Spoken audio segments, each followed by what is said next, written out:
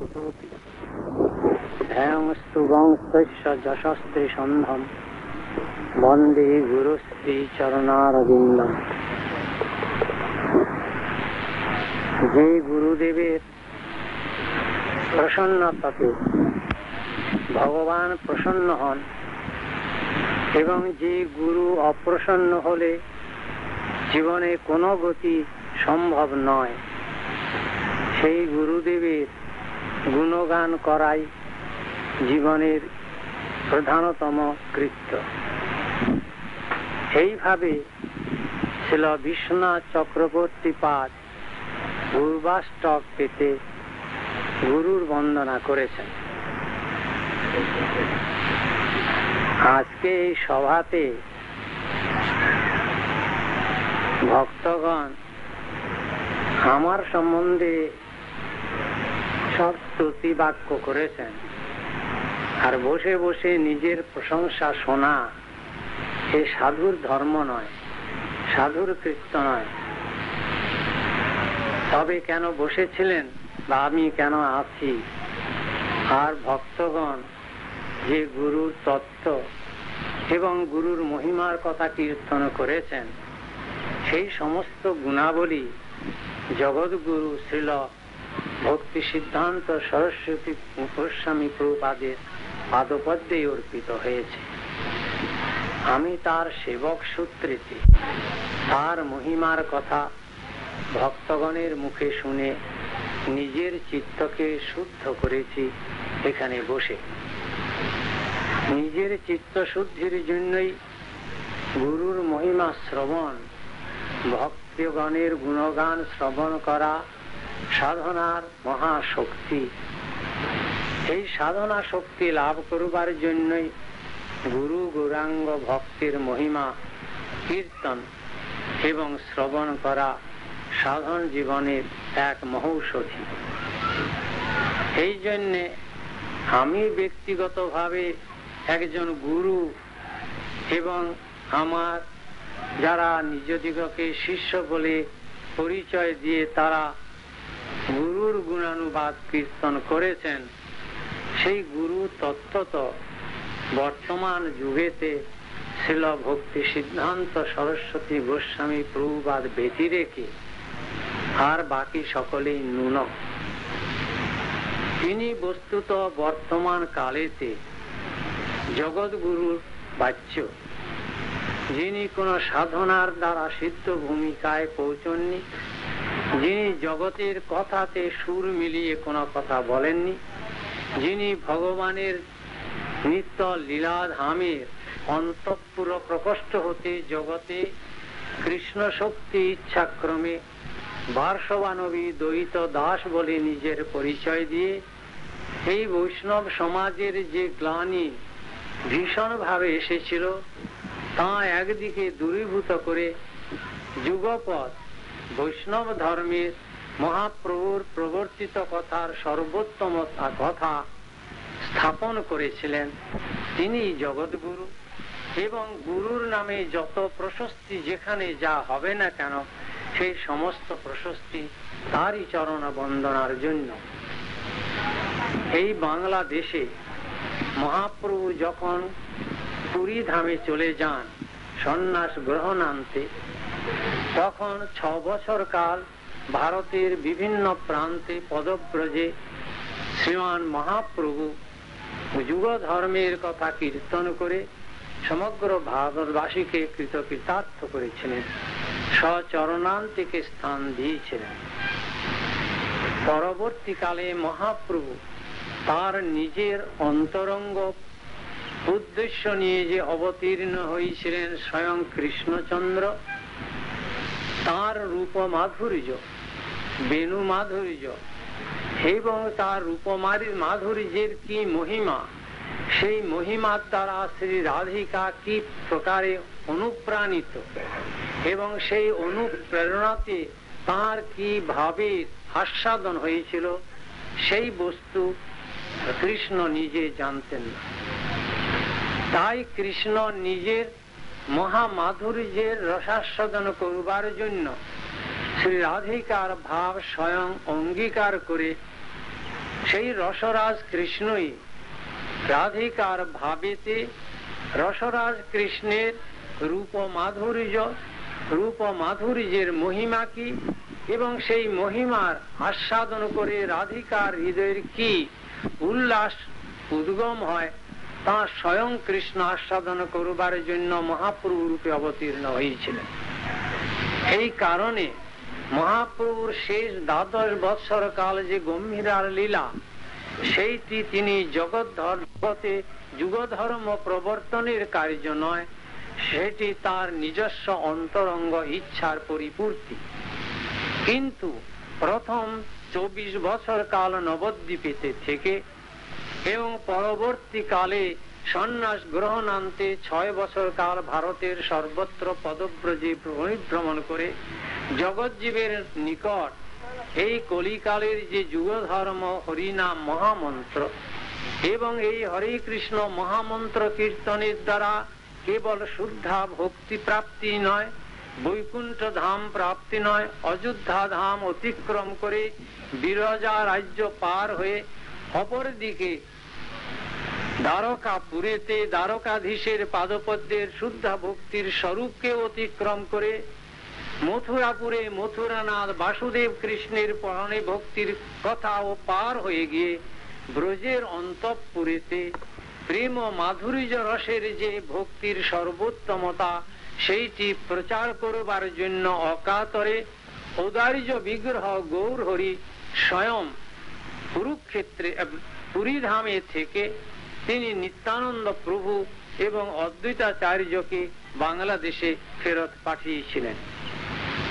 অপরদিকে তাঁর নিত্য পরিকর রূপ সনাতন দাস গোস্বামী, ভট্ট গোস্বামী, রঘুনাথ দাস গোস্বামী, শ্রীজীব গোস্বামী এবং গোপাল ভট্ট গোস্বামীর দ্বারা তাঁদিগকে ব্রজধামে প্রেরণ করে রাধা কৃষ্ণের লীলার কথা জগতের কাছে ব্যক্ত করবার জন্য শক্তি সঞ্চারিত করে নির্দেশ করেছিলেন। এই যে মহাপ্রভুর দ্বারা প্রেরিত হয়ে নিত্যানন্দ প্রভু বাংলাদেশে এসে যে গৌরে প্রবর্তিত হরিনাম সংকীর্তন এবং কৃষ্ণ প্রেমের উৎকর্ষের কথা প্রচার করেছিলেন, তাহার পরে নিত্যানন্দ প্রভুর তিরোধানের পরে তাহার পুত্র বীরভদ্র প্রভু সেই নাম এবং প্রেম ধর্ম বাংলাদেশে বিনা বিচারে সকলের কাছে আবাল বৃদ্ধ বনিতা ব্রাহ্মণ চণ্ডাল সকলকে অকাতরে বিতরণ করেছিলেন। করার কিছুকাল পরেই সেই মহাপ্রভুর প্রবর্তিত যে প্রেম ধর্ম, সেই প্রেম ধর্মের নামে বাংলাদেশের বৈষ্ণব ধর্মেতে মহা কলঙ্ক কালিমা এনে দিয়েছিল। সেই প্রেম ধর্মের নামেতে কামের কুৎসিত নৃত্য সারা বাংলাদেশের তদানীন্তন বৈষ্ণব ধর্ম নামে পরিচিত ঘৃণিত হয়েছিল। আউল বাউল, নেড়া নেড়ি, অতিবাড়ি, গোপী ছাড়ি, গৌরাঙ্গ নাগরী, এই যে বিভিন্ন 13 অপসম্প্রদায় প্রায় 150 বছর পূর্বে বাংলাদেশের বৈষ্ণব ধর্মের নামে ঘৃণা এবং অতি অবজ্ঞা এনে দিয়েছিল। যে সমস্ত অপদার্থ লোক সাধন রাজ্যের কোনো চেষ্টাই নাই, সত্যের কোনো পন্থা লাভ করেনি, তত্ত্বজ্ঞানের সম্পূর্ণ অভাবের ভিত্তিতে প্রেমটাকে কামের রাজ্যেতে পরিণত করে কামকে প্রেম বলে পরিচয় দিয়ে এই আউল বাউল নেড়ানেড়ির ধর্ম বাংলাদেশে বৈষ্ণব ধর্ম নামে পরিচিত হয়েছিল। এবং নিত্যানন্দ প্রভুর অহৈতুকী কৃপা এবং পরবর্তীকালে তাহার পুত্র বীরভদ্র প্রভু এই বৈষ্ণব ধর্মের প্রেমের কথা সর্বত্র বলার ফলে বাংলার তদানীন্তন কালে যে সমস্ত অবর জাতি, আমরা তখনকার দিনে 100 বছর 80 বছর পূর্বে যাদিগকে ছোট লোক বলতো বাংলার সমাজ, ব্রাহ্মণ কায়স্থ নিজদিগকে শ্রেষ্ঠ অভিমান করতেন এবং এই নেড়ানেড়ি সম্প্রদায় মানে বৈষ্ণব ধর্ম ছোট লোকের ধর্ম, এই বলে এই বাংলাদেশে বৈষ্ণব ধর্মে কুৎসা রটেছিল। তার কারণ এই অযোগ্য ব্যক্তিগণ ধর্মের কোনো সন্ধান রাখে না, তত্ত্বজ্ঞানের সম্পূর্ণ অভাব, অজ্ঞ মূর্খ সমাজ ওই সমস্ত তফান্তর কালে বাংলাদেশের জাতিকে লোকে বলে অছুত জাতি, ছোট লোক, এইভাবে সমাজে জাতিকে ঘৃণা করত। সেই সব লোকের ভিতরে মহাপ্রভুর দানের যে সর্বোত্তমতা, প্রেমের কথা, প্রেমের রাজ্যের অন্তঃপুরের কথা ছড়িয়ে দেওয়ার ফলে এই অজ্ঞ সমাজ তিলক মালা ধারণ করে তারা কামের রাজ্যকে বৈষ্ণব ধর্ম বলে প্রচার করেছিল। তার ফলে নেড়ানেড়ি মানে পরের স্ত্রীকে নিয়ে পারকীয় রসের কুৎসা নিজের জীবনে ধর্ম বলে বহুমানন করেছিল সমাজের ভিতরে। গ্রামে গ্রামে বৈরাগী বৈরাগিনীরা সকালবেলা এসে রাই জাগো কত নিদ্রা যাও কালা মানিকের কোলে বলে গান করে পাড়ায় পাড়ায় বেরিয়ে ওই পর নারী পর পুরুষের একত্র বাসেতে দ্বারা রাধা গোবিন্দের উন্নত উজ্জ্বল রসের যে পারকীয় রসের পরমত্বটাকে এত হীন ঘৃণিত অতি তুচ্ছ কামের তাণ্ডবের রাজ্যেতে এনে বৈষ্ণব ধর্মের নামে প্রসার করেছিল।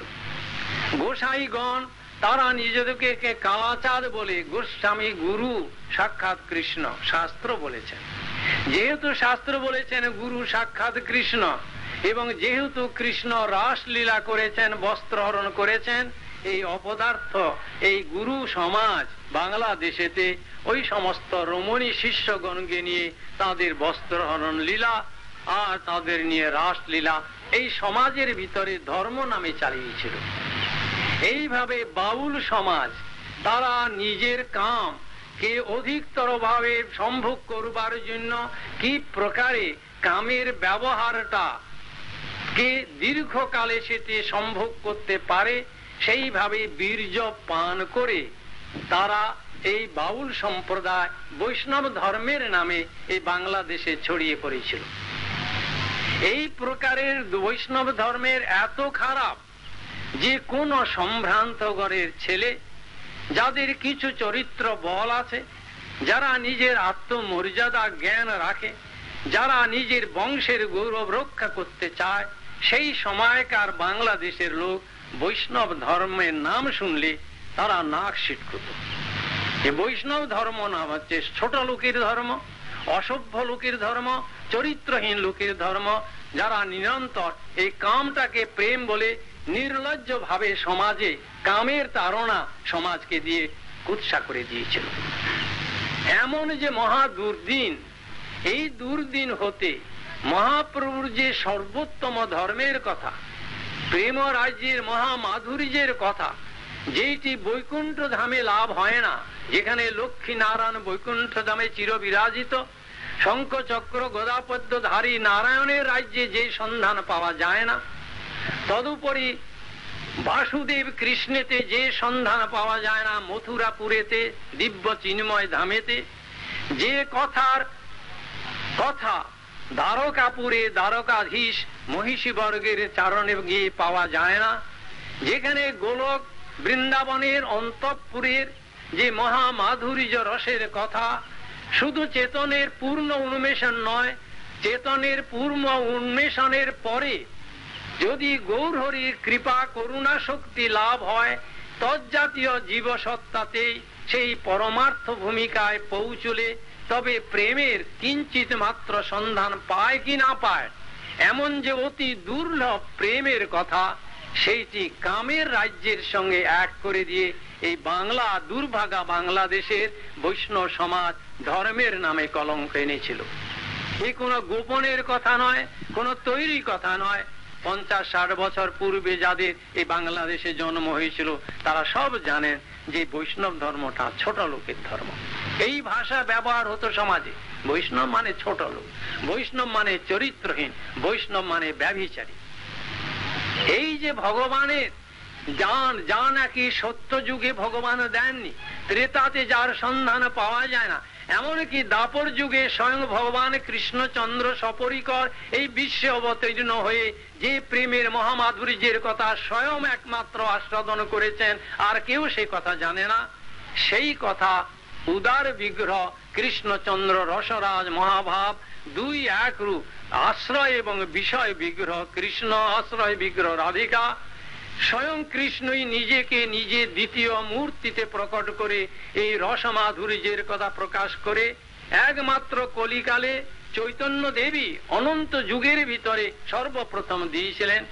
সেই পরাৎপর কথাকে অতি নিম্নতম ভূমিকায় এই বাংলার বৈরাগী সমাজ এনে দিয়েছিল।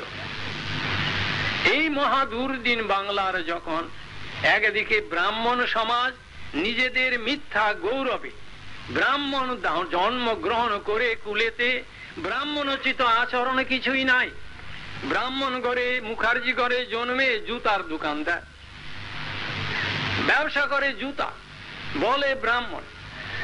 এই এক সময় এইভাবে ব্রাহ্মণ সমাজ ব্রাহ্মণত্ব ধর্ম হতে চ্যুত হয়েছিল বাংলাদেশের।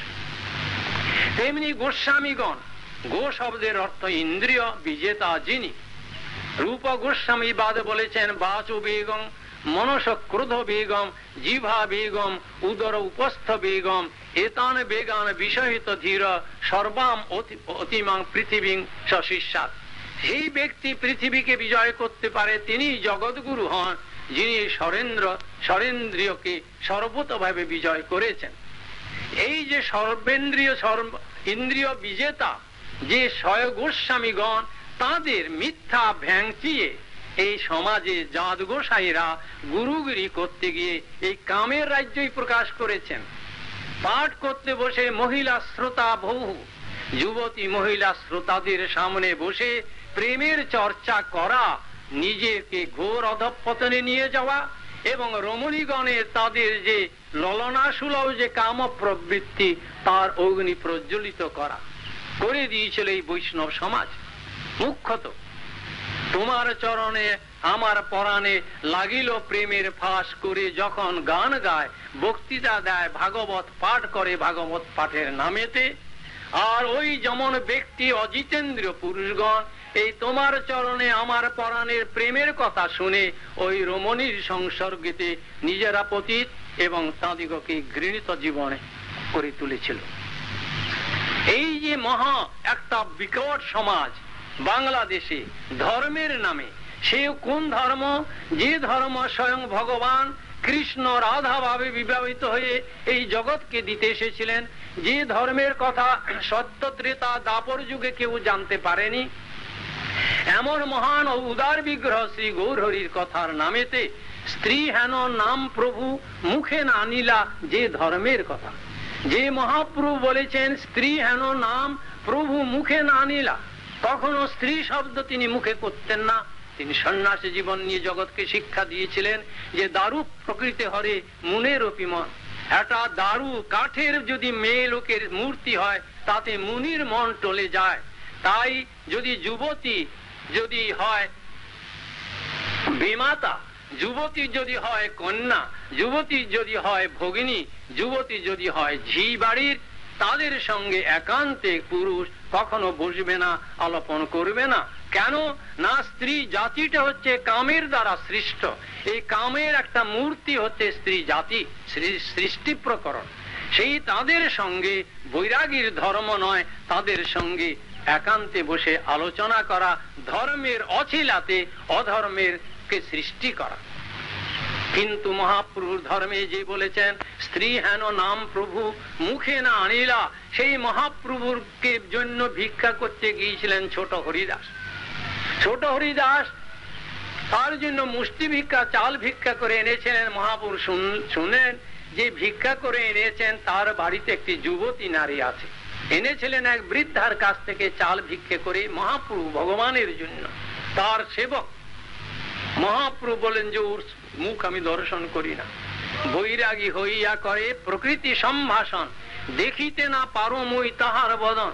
বৈরাগী হয়ে ত্যাগী হয়ে ত্যাক্তাশ্রমী হয়ে যদি স্ত্রীলোকের সঙ্গে সম্ভাষণ করে, মহাপ্রভু বলছেন তার আমি মুখ দর্শন করি না। মহাপ্রভু যখন তাকে বর্জন করলেন, তার নিজের সেবক তা যার জন্য ভিক্ষা করে এনে মহাপ্রভুকে দিতেন, সেই মহাপ্রভু তাকে পরিত্যাগ করলেন তিনি রমণীকে সম্ভাষণ করেছিলেন বলে। তার সেই দুঃখে দুঃখিত হয়ে সেই ছোট হরিদাস ত্রিবেণীতে গিয়ে গঙ্গা যমুনার সঙ্গমেতে নিজের দেহ ত্যাগ করেছিলেন, আত্মহত্যা করেছিলেন। সংবাদ যখন মহাপ্রভুর কাছে এলো যে মহাপ্রভু আপনি উদার বিগ্রহ ভগবান, আর আপনার জন্য চাল ভিক্ষে করেছিল এই অন্তরের ভক্তি নিয়ে, কিন্তু সে ঘরে যুবতীর সঙ্গে সে কথাপন করেছে বলে আপনি এত কঠোর শাস্তি দিলেন, সে দেহ ত্যাগ করেছে। মহাপ্রভু উত্তরে বললেন, বৈরাগী সম্ভাষীর হয় যোগ্য পরিণতি। বৈরাগী হয়ে যদি স্ত্রী সম্ভাষণ করে তার এইভাবে আত্মহত্যা করাই তার উপযুক্ত শাস্তি। মহাপ্রভু তাকে বললেন না যে তাই তো আহা লোকটা প্রাণ বিসর্জন দিল। এই যে কঠোর ধর্ম, যে ধর্মের রাজ্যে প্রেমের কথা বলতে এসেছেন, আর জগৎ সারা সংসার হচ্ছে কামের দ্বারা পরিচালিত, সারা বিশ্ব ওই পিঁপড়ের থেকে আরম্ভ করে দেবরাজ ইন্দ্র পর্যন্ত কামেতে বিভাবিত। সেই রাজ্যেতে প্রেমের কথা বুঝতে হলে কি কঠোর সাধনা সাপেক্ষ, কি প্রকার সঙ্গ করা দরকার, এই না জানতে পারার দরুন ওই সব অযোগ্য ব্যক্তিগণ গুরুর আসন গ্রহণ করে অজিতেন্দ্রীয় হয়ে জিতেন্দ্রীয় পুরুষের নকল করতে গিয়ে এইভাবে বাংলার বৈষ্ণব সমাজকে এরকম অতি পতিত ভূমিকা এনে দিয়েছিল। বৈরাগী সমাজের কথা আমি অনেক বলতে পারি আপনাদের কাছে। আমি দীর্ঘ 54 বছর ধরে এই বৈষ্ণব সমাজের ভিতরে ওতপ্রোত ভাবে মিশেছি, দেখেছি, ভিতরকার খবর আমি রাখি। সেসব শুনলে গা শিউরিয়া যাবে যে বাংলাদেশের কি মহা দুর্ভাগ্য, বাঙালি জাতির কি মহা কলঙ্ক, যে বাঙালি পৃথিবীর সামনে স্ফীত বক্ষেতে উন্নত মস্তকে দাঁড়াতে পারে, যেহেতু বাংলাদেশে স্বয়ং ভগবান গৌরচন্দ্র আবির্ভূত হয়েছিলেন, বাঙালির গৌরবের সর্বোত্তমতা সেখানে। আর সেই বাঙালির জাতির ভিতরে সেই মহাপুরুষ ধর্মের নামে কামের কঠোর কলঙ্ক ছায়া পড়ে গিয়েছিল। এমন অবস্থাতে ভগবান যা দূর করতে পারেন না, স্বয়ং ভগবান ব্যতি রেখে ভগবানের কোন অবতার এসে এই ধর্মের যখন অধঃপতন এত তলদেশে চলে যায়, তাকে দূর করবার সামর্থ্য একমাত্র স্বয়ং ব্রজেন্দ্র নন্দন, স্বয়ং ভগবান, অথবা তার অতিমর্ত শক্তির দ্বারা শক্তিমান হয়ে যদি তিনি জগতে তার নিজজনকে প্রেরণ করেন, তবে তিনি পারেন এই ধর্মকে আবার সত্যুজ্জ্বল স্বরূপে প্রদান করবার জন্য। সেই প্রকার পুরুষ ছিলেন শ্রীল ভক্তি সিদ্ধান্ত সরস্বতী গোস্বামী প্রভুপাদ। তিনি তার অতিমর্ত অচিন্ত শক্তি প্রভাবে বাংলার এই ঘৃণাকে দূর করে দিয়েছিলেন 10 বছরের মাঝে। 10 বছর প্রচারের ফলে আজ বাংলাদেশ নয়, সমগ্র পৃথিবী মহাপ্রভু ধর্মের সর্বোত্তম উজ্জ্বলতার দ্বারা আকৃষ্ট হয়ে তারা আজ বিশ্ব গৌরবান্বিত হচ্ছে। এই বাংলাদেশে ছিল প্রভুপাদের পাদপদ্ম হতে শক্তি সঞ্চারিত তার সেবক বৃন্দের দ্বারা তিনি করেছিলেন প্রচার। তিনি ছিলেন ঝাড়ুদার ঝেঁটা দিয়ে পরিষ্কার করে, কাটা ময়লা আবর্জনা ধুলো সব সরিয়ে দেয়। ঝাড়ুদার একজন, তার হাতে থাকে ঝেঁটা। সেই ঝেঁটা নিয়ে কি করে হয়, তাতে অনেকগুলো শলা থাকে, সেই শলাগুলো তাতে একসঙ্গে বেঁধে নিয়ে ঝাড়ুদার যেমন ঝেঁটার দ্বারা সমস্ত ময়লা দূরে করে দেয়, তেমনি ছিল ভক্তি সিদ্ধান্ত সরস্বতী গোস্বামী প্রভুপাদ তার নিজ শিষ্য বর্গকে তার সেই ঝাঁটার শলাকা রূপে একটিকে গ্রহণ করে তার দ্বারা সমবেত চেষ্টার দ্বারা তিনি 10 বছরের ভিতরে তিনি বাংলার এই যে মহা কলঙ্ক কালিমা বৈষ্ণব ধর্মের এই নেড়ানেড়ি ধর্ম বলে যা উৎসার লাভ করেছিল, যেখানে অসত্য জীবনের তাণ্ডব নৃত্য এসেছিল, তিনি সমস্ত ব্রাহ্মণ সমাজের বিরুদ্ধে দাঁড়িয়ে ব্রাহ্মণগণ ব্রাহ্মণ ধর্ম হতে বিচ্যুত হয়ে তারা শূদ্রার হতে অধিক বৃত্তিতে তাদের চরিত্র চলে গেছে। সমগ্র ব্রাহ্মণ সমাজের বিরুদ্ধে তিনি দাঁড়িয়ে বলেছিলেন যে ব্রাহ্মণতা যার এসেছে তিনি ব্রাহ্মণ, কেবল ব্রাহ্মণ ঘরে জন্মেই তিনি ব্রাহ্মণ হয় না, ব্রাহ্মণতার দ্বারা ব্রাহ্মণকে পরিচয় দিতে হবে। ডাক্তারের ছেলে হলেই যে ডাক্তার হবে, যেমন বলা যায় না, ডাক্তারের ছেলে ইঞ্জিনিয়ার হতে পারে, মহামূর্খ হতে পারে। তেমনি একটা কুলে জন্মালেই সেই কুলেতে গৌরব নিয়ে পূর্বপুরুষগণের গৌরবকে নিজের মুখে আওড়ে দিলে তো সেই সত্তা, সেই গুণবান সে হয় না। তাই গুণের দ্বারা বর্ণ আশ্রম ধর্ম পুনঃস্থাপন করেছিলেন ভক্তি সিদ্ধান্ত সরস্বতী পাদ। তার অতিমত্ত শক্তি যখন তিনি এই বললেন যে একমাত্র বৈষ্ণবী দীক্ষার দ্বারাই ব্রাহ্মণতা লাভ হয়, আর খালি জাতিতে জন্মে ব্রাহ্মণ পিতামাতার ঔরসে জন্মালে সেই ব্রাহ্মণ হয়ে সে জন্মায় না, ব্রাহ্মণ কুলে জন্মালে সেই নারায়ণের পূজা করতে পারে না যতক্ষণ পর্যন্ত সে তার দ্বিজত্ব না লাভ হয়। উপনয়ন সংস্কারের পূর্বে ব্রাহ্মণের ছেলে হলেই যেমন সেই ব্রাহ্মণ বলে নারায়ণের পূজা করবার অধিকার পায় না, তার দ্বিজত্বের অপেক্ষা রাখে, সংস্কারের অপেক্ষা রাখে। তাই বলেছেন একদিকে তার প্রচার যে সমাজে এই যে জাতি বর্ণ নিয়ে চলে এসেছে, সমস্ত জাতি এবং বর্ণ ধর্ম হতে চ্যুত হয়ে ব্রাহ্মণ ব্রাহ্মণ নেই, শূদ্র শূদ্র নেই, চণ্ডাল চণ্ডাল নেই, কারো কিছুই নেই, সব অধর্মের দ্বারা পরিচালিত এই সমাজ চলেছে। তেমনি গোসাই নাম দিয়েছে গোস্বামী বলে তাদের গোসাই, জিতেন্দ্রিয়তা আদৌ নেই, আছে কামুকতার মূর্ত বিগ্রহ। তাই নিয়ে সমাজে ধর্মের নামে গ্লানি। তাই গোস্বামী সমাজের বিরুদ্ধে সরস্বতী গোস্বামী পাদ বললেন, গোস্বামী বংশে জন্মালে গোস্বামী হবে না, স্বরেন্দ্রীয় বিজেতা পুরুষ যিনি তিনি একমাত্র গোস্বামী, অজিতেন্দ্র পুরুষকে গোস্বামী বলে ধর্মের গ্লানি এনে দেবে মাত্র। সমাজে তাই হয়েছিল। এইভাবে তিনি বিভিন্ন সমাজের বিভিন্ন দিকেতে ধর্মের যে মহা অধর্ম এসে তাকে আচ্ছন্ন করে দিয়েছিল, তার অচিন্ত শক্তি প্রভাবে স্বল্পকালের মধ্যে বিদূরিত করে, শুধু তাই নয়, এই অতন নিরসন নয়, ধর্ম নয় কি, সত্য ধর্ম নয় কি, বৈরাগী কেন ধর্ম নয় কেন, নারায়ণের ধর্মটা ধর্ম নয় কেন, গোসাইগিরিটা ধর্ম নয় কেন, গুরুগিরিটা ধর্ম নয় কেন, এইগুলো যেমন একদিকে নিরসন করেছেন শাস্ত্র সিদ্ধান্ত বাক্যের দ্বারা, অপরদিকে ধর্মের স্বরূপ কি, গোস্বামী কে হন, গুরুর সত্তা কোথায়, গুরুর স্বরূপ কি, ধর্মের সাধনা কি, এবং ভক্তি আরম্ভ করে শ্রদ্ধা হতে আদৌ শ্রদ্ধা, তত সাধু সংগত ভজন ক্রিয়া, অনর্থ নিবৃত্তি সাত তত নিষ্ঠা অথা শক্তি তত ভাব, অথ প্রেম অভ্যুদয়ঞ্চতি সাধকানাং অয়ং প্রেম ন প্রাদুর্ভাবে ভবেৎ ক্রম।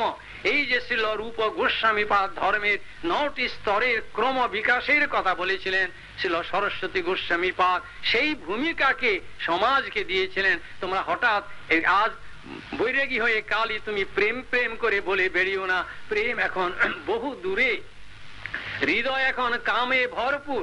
আগে কামকে দূর করো, হৃদয়কে স্বচ্ছ করো, সাধনার দ্বারা নির্মলতা লাভ করো, ভক্তি সিদ্ধান্তে সুপ্রতিষ্ঠিত হও, তত্ত্ব জ্ঞানে নিজের জীবনকে উদ্ভাসিত করো, তবে স্বয়ং স্ফুরত্বে দ কৃষ্ণ প্রেম, কৃষ্ণ নাম স্বয়ং এসে আবির্ভূত হবে, চেষ্টার দ্বারা তা লাভ হবে না।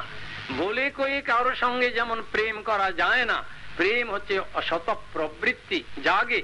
এই বিশ্বেতেও একজনকে বললাম তোমায় আমি খুব ভালোবাসি বললেই ভালোবাসা হয়ে যায় না, সেখানে অন্তরের উভয়ের প্রবৃত্তি জাগা চাই। এই জগতে যেমন তুচ্ছ রূপে তার পরিচয় যায়, ভগবত রাজ্য ও ভগবত প্রেম কল্পনা করে বলে গপ্প করে আমি কৃষ্ণ প্রেমিক বলে ধেই ধেই করে নাচলেই কৃষ্ণ প্রেমা হয় না। হরে কৃষ্ণ বলতেই মাটিতে গড়িয়ে পড়লে তার অষ্টসাত্ত্বিক বিকার হয় না। হরে কৃষ্ণ বলতে খোলে তালি না দিতে দিতে চোখে ঝরঝর করে আর আহা করে চেঁচিয়ে উঠলাম, এই বলে ভক্তির পরিচয় তার ভিতরে পাওয়া যায় না। ভক্তির স্বরূপ লক্ষণ কি, তাই অপরদিকে যা স্থায়ী যে স্থাপন করেছেন সেইটি তিনি করেছিলেন। তারই মহিমা আজ বিশ্বময়, শুধু বিশ্বময় শব্দের না, বাস্তবতাতে পৃথিবীর এমন কোন দেশ এখনো নাই যেখানে সরস্বতী গোস্বামী প্রভুপাদের বাণী তারই শক্তিতে, তারই ঝাঁটার এক একটি শলাকা রূপে তার শিষ্যবর্গ দ্বারা তিনি প্রচার করছেন, প্রচারক তিনি। সুতরাং যেখানে আজ তার প্রশিষ্যগণ তাদের নিজ নিজ গুরুর মহিমা কীর্তন করেন, সেই মহিমার মূলেতে হচ্ছেন শ্রীল সরস্বতী গোস্বামী প্রভুপাদ। তাই জন্য বসে আমার নিজের মহিমা শ্রবণের জন্য আমি এখানে বসে নেই। তার মহিমা কীর্তন যা কিছু হয়েছে সেই বর্তমান যুগের যে একমাত্র জগৎগুরু, রোজ রোজ হাজারে হাজারে রাস্তাঘাটে জগৎগুরু পাওয়া যায় না। জগৎগুরু একই সময়েতে 200-300 বছর পরে ইতিহাসে পাওয়া যায়, আসেন, তার দ্বারাই জগতে ধর্মের পুনঃস্থাপন হয়। বৈষ্ণব ধর্মের নামে আজ ভারতের শ্রেষ্ঠ সমাজ, আজ গৌড়ীয় মঠের যে প্রচারিত মহাপ্রভু ধর্ম কি, আজ তারা বুঝেছে। আমরা যখন প্রথম প্রভা দেখে আসি উল্টা ডিঙ্গি, তখন বালিগঞ্জের দিকে দক্ষিণ কলকাতা লোকরা জানতই না আছে।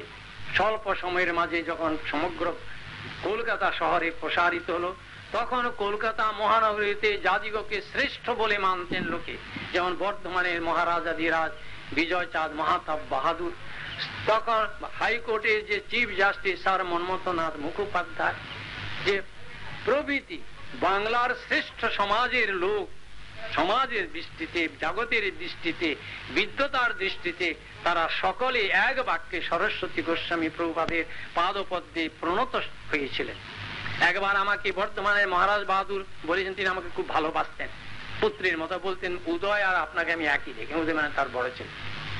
তিনি একদিন বলেছিলেন যে আমি বাংলাদেশের সবচেয়ে সম্মানী ব্যক্তি, আমার সমান সম্মানী বাংলাদেশে কেউ নেই।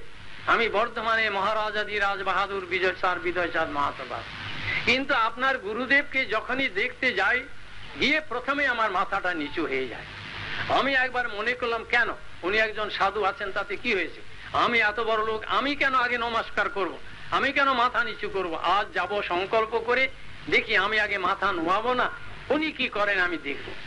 এই সংকল্প করে আমি গেলাম। আমি নিচের ঘরে বসতেন, মহারাজ বাহাদুর এলেন, দেখ, বলে আমি বলবো কি আপনাকে, আমায় বলেছেন যে আমি যাওয়া মাত্র আমার মাথা আপনার থেকে নত হয়ে গেল। আমি অপেক্ষা করতে পারলাম না যে তিনি কি করেন। তিনি সকলকে প্রণাম করতেন, দাস অস্মি বলতেন, দেখলে জীব মাত্র কি তিনি দাস অস্মি, আমি দাস, এই বলে তিনি বলতেন। এই যে তার অতিমর্ত জীবন, বাংলার সমাজ, শিক্ষিত বিদ্যুৎ সমাজ বুঝলে এই হচ্ছে বৈষ্ণব ধর্ম। ওই নেড়ানেড়ির ধর্ম বৈষ্ণব ধর্মে নয়। আউল বাউলের ঘৃণিত চরিত্র, কামচরিতার্থের যে প্রচেষ্টা, মানে মেকানিক্যাল প্রসেস যা করে বাউলরা, কিংবা যে সমস্ত জাত গোসাইদের যে কাণ্ড কারখানা, এই সমস্তটা যে মহাপুরুষ ধর্ম নয়। মহাপুরুষ ধর্ম যে তার চেয়ে সম্পূর্ণ পৃথক কথা, সে রাজ্যই অন্য রাজ্যের কথা, তা তিনি শাস্ত্র সিদ্ধান্তের দ্বারা প্রচারিত করেছিলেন। তাই তার মহিমা, জগৎগুরুর মহিমা বিশ্বে কীর্তিত হচ্ছে। তার মহিমা কীর্তনের দ্বারাই জীবের কল্যাণ, অত্যন্ত কি কল্যাণ, অর্থাৎ কৃষ্ণ প্রেম ও ভক্তি লাভের সম্ভাবনা আছে। তাই আপনারা সকলে আজ এত লোক এখানে উপস্থিত থেকে যেসব কথা শুনেছেন, বৈষ্ণবের মহিমা গান করলে নিজের চিত্ত শুদ্ধ হয়। আমাদের চিত্তে অনেক প্রকার কলুষতা লুকিয়ে আছে, আমাদের ঈর্ষা পরায়ণতা, হিংসা, বিদ্বেষ, এগুলো ভরপুর। এলো মানুষের স্বভাব। সাধুর বেশ পড়লেই বা কি হবে, আর সাধুর বেশ না পড়লেই বা কি হবে। আমাদের স্বভাব, ভক্তিবিনোদ ঠাকুর বলেছেন, পর দুঃখে সুখী, পরের দুঃখ দেখলে সুখী আমরা। বেশ হয়েছে, লোকটা দুষ্ট, বেশ হয়েছে, শাস্তি পেয়েছে। আর যদি পরের সুখ হয় তাতে মহা দুঃখ। কারো যদি ভালো দেখি সইতে পারি না, ও লোকটা এত বড়, ওর এত খাতির, ওকে কেন লোক এত সম্মান করবে, আমি কেন কম, কম কিসে। পরের সুখেতে মহা দুঃখ, আর পরের দুঃখেতে মহা সুখ, আনন্দ। এই প্রকার আর সদা মিথ্যা ভাষী, সত্য কথা সমাজ বলে না, শুধু মিথ্যা বলে। সকলেই মিথ্যা কথা, কথায় কথা বিনা কারণে মিথ্যা বলে। এই মিথ্যার ভূমিকায় আমাদের চিত্তবৃত্তি, জগতে জীব সকলেই হিংসা পরায়ণ, পরশ্রীকাতর। অপরের ভালো যদি কেউ করে, আমি যদি আজ বলি যে তমাল কৃষ্ণ প্রভু খুব পরম বৈষ্ণব, বড় সাধু, ভক্ত, ত্যাগী, সব বিদ্রোহ হবে। কেন? উনি কিসের ভালো, আমরা কমা কিসে? আবার যদি বলে না এ লোক কিছু না, তখন ঠিক বলেছেন, এ কিছু না। এই যে আমাদের চিত্তবৃত্তি, এই প্রকার মনোভাবনা নিয়ে হরিকথা কীর্তন হয় না, ভগবানের কথা প্রচার তার দ্বারা হবে না। যার চিত্তেতে নির্মলতা নাই এসেছে, যার চিত্তেতে পরের গুণগান করা কঠিন। শিলপ্রভুপাদের সম্বন্ধে একজন বৈষ্ণব স্লেট থেকে লিখেছিলেন একটি কবিতাতে, যে তোমার মহিমা গায় হেন সাধ্য মোর নাই, তবে পারি যদি দেহ শক্তি। বৈষ্ণবের মহিমা গান করা, গুরুর মহিমা কীর্তন করা চিত্তেতে আসবে না যদি চিত্তেতে নির্মলতা না আসে। সম্ভব না।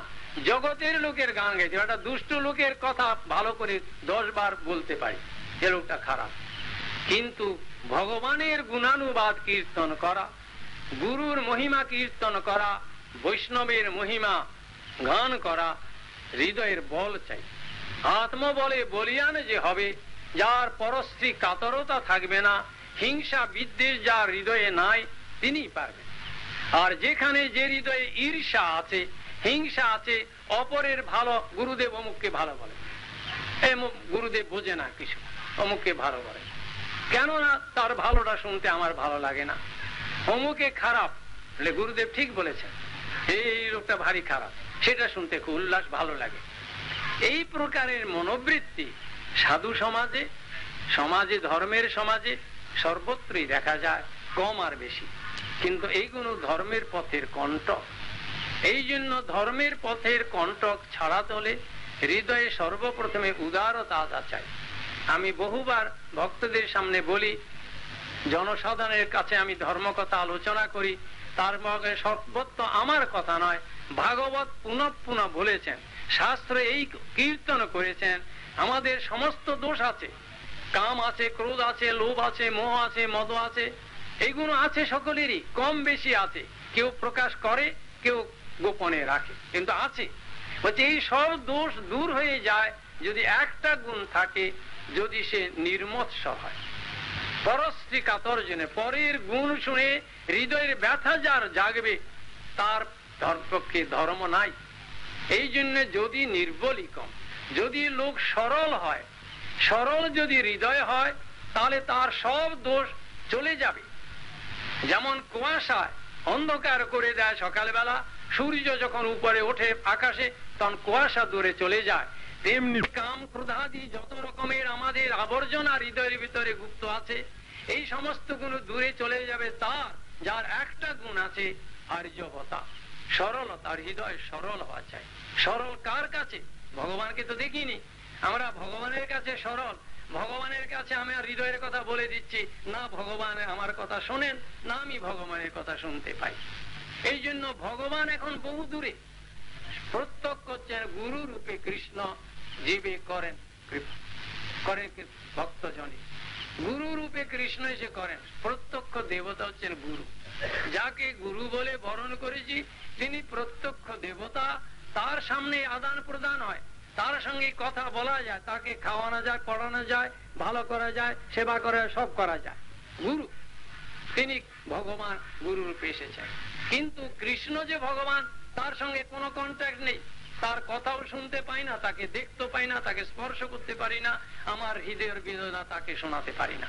আমি মনে করছি আমার হৃদয়ের গান তাকে শোনাচ্ছি, তিনি তো শোনেন না, তিনি তো বদ্ধ জীবের কোনো কথা শোনেন না। সেই জন্য তিনি সাধু প্রেরণ করেন। তার সময় নেই যে জগতের লোকজন হাহাকার করছে, কান্নাকাটি করছে আমার জন্য, শুধু আমি জগতের লোকের জন্য আমি ছুটে যাব, এই সময় ভগবানের নেই। ভগবান লীলাময়, তিনি লীলা পুরুষোত্তম, নিরন্তর প্রতি মুহূর্ত নিজ লীলাতে তিনি ব্যক্ত। তার কথা অপরে শুনবার, এই জগৎকে উদ্ধার করা, জগৎকে ভালো করা, ধর্ম সংস্থাপন করা, এইসব কার্য ভগবানের নয়, স্বয়ংরূপ কৃষ্ণের নয়। তারই শক্তির দ্বারা শক্তিমান হয়ে যারা আসেন, হয় অবতার রূপে কিংবা গুরু রূপে বা সাধু রূপে। সেই জন্য আমাদের সাধারণ জীবনে প্রত্যক্ষ দেবতা হচ্ছেন গুরু, আর প্রত্যক্ষ দেবতা ভগবান। কেন? তার সঙ্গে আমাদের হৃদয়ের সকল কথা ব্যক্ত করতে পারি, তিনি আমাদেরকে রাস্তা বলে দিতে পারেন শাস্ত্রের কথা। সেই গুরুতেই যদি অবিশ্বাস হয়, গুরুদেব কিছু জানে না, গুরু বোঝে না, যদি সে তাই হয় তাহলে সে গুরুই নয়। গুরু যদি না বুঝবে তাহলে তাকে গুরু বলা জেনে শুনে আত্মবঞ্চনা হবে। আর যদি গুরু বলে স্বীকার করি তাহলে গুরু সর্বজ্ঞ, গুরু সব জানেন। সর্ব মানে কি? ইলেকট্রিক লাইট কিসে তৈরি হবে এ কথা না, জানেন না। তিনি জানেন ভগবান কি, ঈশ্বর কি, জীব কি, জগৎ কি, মায়া কি, বিশ্ব কি, আত্মা কি, এবং তাকে প্রাপ্তির উপায় কি, সাধন এবং সাধ্য বস্তুর স্বরূপ জ্ঞান তাতে আছে। তিনি নিখুঁত ভাবে সেটি জানাতে পারেন এবং নিজে করুণার দ্বারা, করুণা শক্তির দ্বারা প্রণত জনকে তিনি উদ্ধার করতে পারেন। তিনি সকলকে বলেন না ব্রুহি স্নিগ্ধস্য শিষ্যস্য, শিষ্য একজন আর হাজার হতে পারে, সকল শিষ্যকে গুরু সকল কথা বলেন না, সাধন ভূমিকার সকল কথা ব্যক্ত করেন না। তিনি শিষ্যের চিত্তবৃত্তিকে অনুসন্ধান করে দেখে তার যদি স্নিগ্ধতা দেখা যায়, একটি গুণ সে সরল, সে নিজের চিত্তবৃত্তিকে গোপন না করে সরল ভাবে ভগবানকে বলা নয়, গুরুকে বলতে হবে। সরল প্রাণ গুরুর কাছে অভিব্যক্তি হবে ভগবান কোথায়। কল্পনা করে ভগবানকে পাওয়া যাবে না যে আমি ভগবানকে সব জানাচ্ছি, তিনি অন্তর্যামী ভগবান জানবেন। বলছেন অন্তর্যামী ভগবান জানে না যতক্ষণ আচার্য পৌঁছা না হবে। আচার্যের দ্বারা তিনি কথা ব্যক্ত করেন। এই চরিতামৃতের প্রথমেই আলোচনা করেছেন, আচার্য রূপে ভগবান জগতে আসেন গুরু রূপে এসে এই জগতে জীবকে ভগবানের কথা শোনা। এই অনুগ্রহের দ্বারা, করুণার দ্বারা কৃপা করে জগৎ জীবকে তিনি ভগবানের ভজনের কথা বলেন। সেইটি শোনে জীব শ্রদ্ধাযুক্ত চিত্তে যদি শ্রবণ করে, তখন সেই শ্রবণের পরিণতি হবে, প্রভাব হবে আচার্য বপুষা, চৈত্য বপুষা।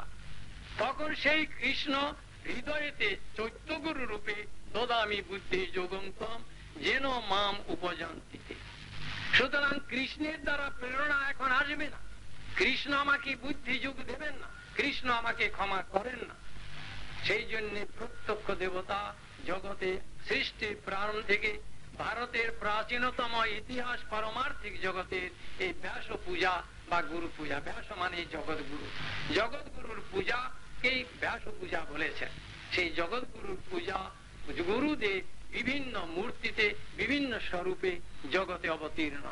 একহং বহুশ্যাম, ভগবান যেমন এক হয়ে তিনি বহু মূর্তিতে প্রকাশিত হন, তেমনি জগৎগুরু স্বয়ং বলরাম। বলরামই হচ্ছেন সর্ব জগতের সর্বজীবের নায়মাত্মা বলহীন লভ্য বলে শাস্ত্র উপনিষদ বলেছেন। সেই বলরামই হচ্ছেন আদি গুরু তত্ত্ব। সেই বলরামই তার প্রকাশ বিগ্রহ রূপে কাব্য বিস্তার করে জগতে গুরু রূপে আমাদের সামনে উপস্থিত হন। এই রাস্তা, এই জন্যে এই যেখানে প্রতি বছর আমরা আসি, এখানে ক্ষুদ্র গ্রাম একটি একেবারে প্রাঞ্চলে শহরনগর থেকে বহু দূরে, এখানে ঘটনাচক্রে একটি ক্ষুদ্র স্থান হয়েছিল। যিনি করেছিলেন তিনি প্রকট নেই, তিনি দেহ রক্ষা করে ব্রজধাম প্রাপ্ত হয়েছেন। তারই পুত্র রাধাপদ আপনাদের সামনে সব বলছিলেন, ওরই পিতা এই স্থানটিকে প্রথম করেন। তারপর থেকে এখানে ওই বছরে একবার করে আসি, আগের দিন আসি, একদিন থাকি, তারপর দিন থেকে চলে যাই। বেশি দূরে এখানে থাকি না আমি। তারও আজ থেকে বছর থেকে এখানে যাতায়াত হয়। আমাদের মহারাজরা এখানে আসেন, হরিকথা বলেন, চেতন ছিল অনেকে। এই পথে সত্য পন্থায় সদাচার সম্পন্ন হয়ে করেন। এখন বৈষ্ণব ধর্মের প্রচারে মহাকণ্টক হচ্ছে বাঙালির কাছে। ইউপিতে লোক তো নিরামিষ ভোজি, রুটি খায়, ডাল খায়, এরকম। বাংলাদেশে সব আমিষ ভোজি, সব মাছ খায়, মাংস খায়, পেঁয়াজ রসুন ডিম আন্ডা সব খায়। এখন এইগুলো খেলেই ভগবানকে পাওয়া যায় এও নয়, আর না খেলে ভগবানকে পাওয়া যায় এ কথাও ঠিক নয়। কেউ যদি শুধু নিরামিষ ভোজি হয়, মানে মাছ মাংস খায় না, পেটের দোষেই হোক বা যে কারণেই হোক, শাক সবজি খেয়ে থাকে, তাই জন্য সে ভক্ত হয়ে গেছে, বৈষ্ণব হয়ে গেছে, ভগবানের সেবা হয়ে যাচ্ছে, এই কথা মোটেই নয়। কিংবা আমিষ খায়, যদি মাছ মাংস পেঁয়াজ রসুন এই সমস্ত রজগুণ তমগুণ বৃদ্ধি করে যোগায়, তাহলে তার পক্ষে ভজনের মহাকণ্ঠ। এই জন্য ভগবত ভজন করবার জন্য চারটি বস্তুতে শ্রদ্ধা আসতে হবে প্রথমে, আর যেটা সাধারণ জীবের শ্রদ্ধা হয় না। মহাপ্রসাদে গোবিন্দে নাম ব্রহ্মণী বৈষ্ণবে স্বল্প পুণ্য বতাং রাজন বিশ্বাস নৈব জায়তে। স্বল্প পুণ্যবান ব্যক্তির এতে বিশ্বাস হয় না। কি? চারটি চিন্ময় বস্তুতে। মহাপ্রসাদ অর্থাৎ ভগবানের নিবেদিত যে ভগবানের প্রসাদ বা কৃপা রূপ যে নৈবেদ্য, ভগবানের অর্পিত নৈবেদ্য, আর গোবিন্দ ভগবান স্বয়ং, এবং ভগবানের নাম শব্দ ব্রহ্ম, এবং বৈষ্ণব ভগবানের ভক্ত, শুদ্ধ ভক্ত। বৈষ্ণব মানে শুদ্ধ ভক্ত। এই চারটি যে চিন্ময় বস্তু, এই চিন্ময় বস্তুতে জগৎ জীবের সহজে শ্রদ্ধা হয় না। তাই লোকে বলে যে এই গড়িয়া মঠের লোকগুলো এমন কড়াকড়ি করে, প্রথম বেলে মাছ খান, মঠে মাছ ছাড়তে হবে, পেঁয়াজ, তার উপরে আপনারা সবই এখানে বাঙালি, আমিও বাঙালি জন্মেতে, বাংলাদেশ সব মাছ খায়, অন্য সব ছাড়তে পারে, ডিম ছাড়তে পারে, মুরগির ডিমও ছাড়তে পারে, হয়তো মুরগির মাংস ছেড়ে দিতে পারে বা পাঠার মাংস ছাড়তে পারে, মাছ ছাড়তে পারে, একটু মাছের ঝোল না হলে বাঙালির মুখে ভাত ওঠে না। এই বাঙালি সবসময় কথা বলে কেন না, জন্মের থেকে তাতে অভ্যস্ত, জন্মের থেকে নদীর দেশ, বাড়িতে রাত দুপুরে অতিথি এলো, নদীর ধারে গিয়ে জাল ফেললো, কটা মাছ ধরে আনলো, সঙ্গে যে মাছের ঝোল ভাত করে রাত দুপুরে অতিথি সৎকার সোজা এদেশে। হ্যাঁ, এই মাছ সম্বন্ধে কি বলেছে আপনারা শুনবেন, শাস্ত্র বলেছে, মনুস্মৃতিতে বলেছে, মৎস্যাদা সর্বমাংসাদা। মাছ এমন একটি প্রাণী যে এমন কোন মাংস নাই যা সে খায় না, এমন কোন বস্তু নাই মাছ খায় না। মাছ আপনারা জানেন তো, মাথাগুলোরা মাছ কাটে, পেটেতে বিষটা বেরোয়। এই গ্রামাঞ্চলে যেখানে আছে পুকুরে সব মাছে বিষটা খায়, মাছে মরা মানুষ খায়, নদীতে মরা ভেসে যাচ্ছে, তার মাঝে মাছ ঢুকে যায়, এসে মরা মানুষ খায়। মাছ যা কিছু যেখানে যত ঘৃণিত বস্তু আছে এই মাছ খায়। এই জন্য মাছ খেলে পাঠার মাংস খাওয়া হয়, শুয়োরের মাংস খাওয়া হয়, গাধার মাংস খাওয়া হয়, মরা মানুষের মাংস খাওয়া হয়, বিষ্ঠা ভোজন সব। আমার কথা না, আর প্রত্যক্ষ আপনারা জানেন, মাছ এমন একটি প্রাণী সব খায়। আর বাঙালি বলে এই মাছ না খেয়ে কি মানুষ বাঁচে, মরে যাবো, বাঁচবো কি করে, মাছ যদি ছাড়তে হয়। এই মহাবিভ্রাট, এই সংস্কার এমন হয়েছে যে যেটা মহাবিঘ্ন ভগবানের পথে। এখন যদি বলে মাছ ছেড়ে দিলে কি আমি সাধু হয়ে যাবো, ভক্ত হয়ে যাবো, ভগবানকে পেয়ে যাবো, তাও নয়। ছাগলে তো মাছ খায় না, ছাগলে ঘাস খায়, সে তো নিরামিষ ভোজী, তাই জন্য ছাগল কি আর ভক্ত না ভগবানকে পেয়ে যায়।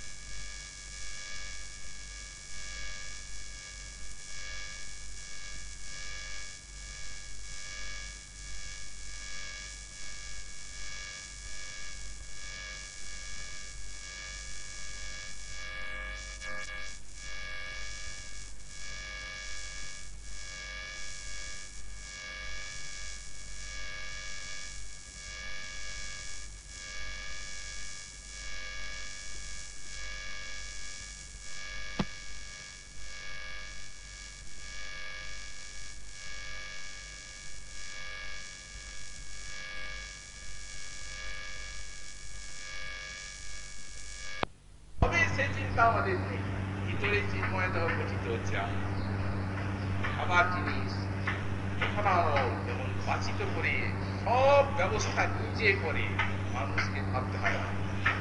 ভগবান উপাসনার দ্বারা ভক্তকে চিন্ময় ভাবে নিয়ে যাওয়ার জন্য সব ব্যবস্থা ভক্তির দ্বারা নিজে করেন, আপনাকে ভাবতে হয় না। ভাগবত বললেন, অস্ত্র যদা তত্র সমস্ত কর্মা নিহিতাত্মা চিকিৎসা। মহাপ্রভু বললেন, দীক্ষাকালী করে ভক্ত আত্মসমর্পণ, কৃষ্ণকালী তৎকালী করেন আত্মসমর্পণ, সেই দেহ করেন তার চিদানন্দ থেকে খুশির দ্বারা সমস্ত ভয় বিবর্তিত হয় এবং আনন্দময় ভগবানের চরণ পেয়েছি। আজ স্বল্প সময় নিয়ে আমাদের ভাষায় আবার মাঠের প্রবন্ধ রয়েছে, সুতরাং আজ আর বেশি সেবা আমাদের করতে পারছি না। ভগবানের